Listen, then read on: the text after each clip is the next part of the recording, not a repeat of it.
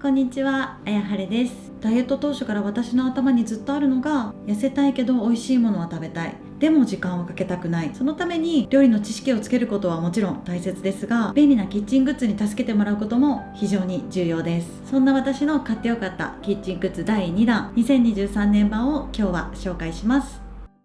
まずはじめに紹介するのがオクソーの縦型ピーラーです。持ち手部分が太めで握りやすく、刃の背中に指をかけると力が入れやすく操作しやすいです。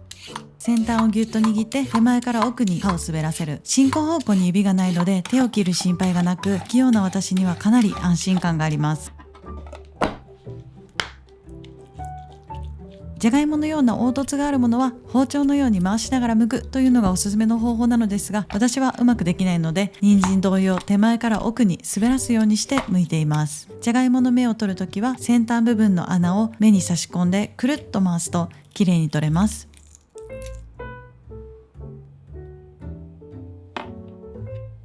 デメリットは値段が高いこと。ピーラーは100均で買える時代なので、1000円以上するピーラーは高く感じます。ただこの握りやすさと指を切らない安心感、滑らかな剥き心地を体感して買ってよかったと思いました。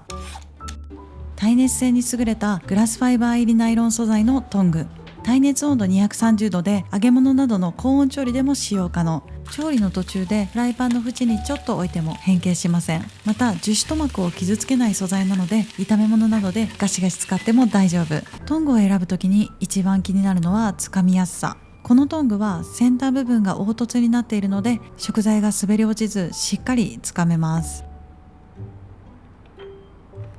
ただ一つデメリットがあって、トングの先の凹凸部分に食材が詰まってしまうこと。詰まったまま食洗機で乾燥してしまうとカピカピに固まってしまうので、さっと水洗いしてから食洗機に入れる必要があります。ちなみに今年ずっと欲しかった指先トングを購入したのですが、これもかなり気に入っています。特に滑りやすい食材をつかむときやギュッと強くつかみたいときには指先トングを使います。ただ今のところ使用頻度はナイロントングの方が多くて、今回おすすめしたいのはナイロントングかなと。比較してみて改めてナイロントングの良さに気づいたのですが、先端の凹凸がしっかりキャッチしてくれるから、長さがあるのに指先トングとつかみやすさがほぼ変わりません。鍋やフライパンでも気兼ねなく使えるのも使用頻度が高い理由の一つかなと思います。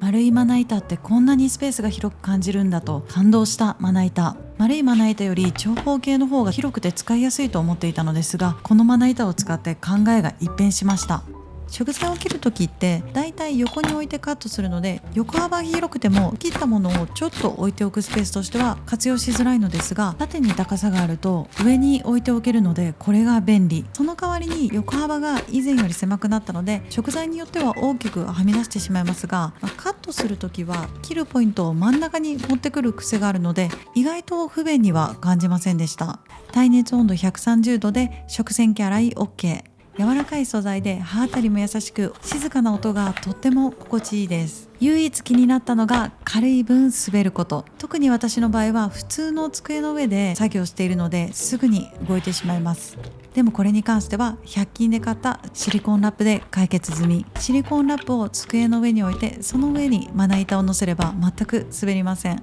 これはどのまな板でも応用できる方法なので、まな板が動いて困っている方は試してみてください。切れ味抜群のヘンケルスのキッチンバサミ。分厚い鶏胸肉もサクサク切れるし、薄いそぎ切りも私の場合包丁より綺麗に切れます。魚も骨ごとバツッと切れる。このハサミを購入してから肉魚のカットに包丁を使わなくなりました。1年以上何も手入れせずに使っていますが、今のところ切れ味も全く落ちていません。購入前に一つ気になったのが分解して洗えないことだったのですが、実際使ってみると分解して洗いたいほど食材が詰まることもなく、洗いにくさもあまり感じませんでした。注意点としては、食洗機対応に関しては記載を見つけられなかったので、使用負荷の可能性が高く手洗いが必要です。あまりの切れ味の良さに感動して包丁もヘンケルスのものに買い替えたのですが、これは京セラのセラミック包丁とほぼ同じ切れ味でした。もう少し使ってみて新たな良さに気づければいいなと思っています。机の上に置くゴミ箱としてケユカのダストバッグホルダーを購入しました。ポリ袋を設置して、調理中出た生ゴミはこのままこのダストホルダーへ。長い方を倒すだけでピタッと口が閉じられるので、袋にまだ余裕があるなという時は口を閉じて置いておけます。口の部分には滑り止めがついているので、袋がずれ落ちる心配もありません。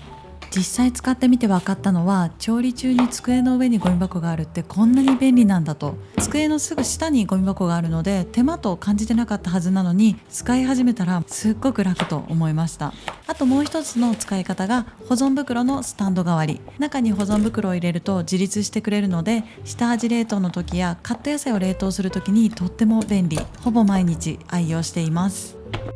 底が柔らかい素材で中身が取り出しやすい製氷皿。私は氷を作る目的ではなく、刻んだニンニクや刻んだ生姜を凍らせるのに使っています。凍った後に底をギュッと押せばポロッと取れてとにかく楽。いつも時間がある時にまとめてみじん切りして冷凍庫に保存しています。これと同じ塩のサイズ違いも持っていて、使用頻度はそこまで多くないですが、大根おろしやとろろが余った時の冷凍保存用に使っています。最近は同じような仕様のものが100均でも売っているようなので、そちらをチェックしてから購入を検討してみるのがいいかなと思います。オ層のサラダスピナー。ざるに食材を入れて水洗いしたらノブを押して回転させる。回した時に回転が終わるのを待たなくていいので、せっかちな私には最高の設計です。強いてデメリットを挙げるなら置き場所に困ること。私が持っているのは小さい方のサイズなのですが、これでも結構幅と高さがあります。購入前に収納場所を考えておく必要があります。あとは低温であれば食洗機洗い可能なのですが、我が家の場合ほとんどのスペースが奪われてしまうので、結局いつも手洗いしています。この蓋のいいところは、とにかく収納スペースを取らないこと。フックで引っ掛ける穴がついているので、棚に引っ掛けておけばスペースを取らず保管できます。3枚セットで最大26センチのフライパンまで対応。シリコン素材で耐熱温度220度まで。フライパンや鍋の蓋として、レンジ加熱する時の蓋として毎日活躍しています。デメリットはネットで定価で買えないこと。Amazon や楽天では少し割高で販売されていたり、公式サイトだと配送料が結構かかるので、ちょっとネットで買いづらいかなと思います。普段日用品以外はストック買いしない私ですが、先月 IKEA に行った時に1セット購入しました。1年以上使っていますが、汚れもそんなにひどくないので、まだまだこの初代シリコン蓋を愛用する予定です。最近よくコメントで質問いただくものをまとめて紹介します。まずはこの鍋敷。これはかまどさんというお鍋についてきた付属品で、鍋敷単体では販売していませんでした。かなり重量感があって滑り止めもついているので安定感があります。いつも使っている保存容器はいわきのパック&レンジのクリア。ガラス製で中身がしっかり見えます。セリアで購入したシリコン製の鍋つかみ。内側が凹凸になっているので滑らずしっかりつかめます。汚れた時もキッチンでさっと水洗いすればいいのでとっても楽です。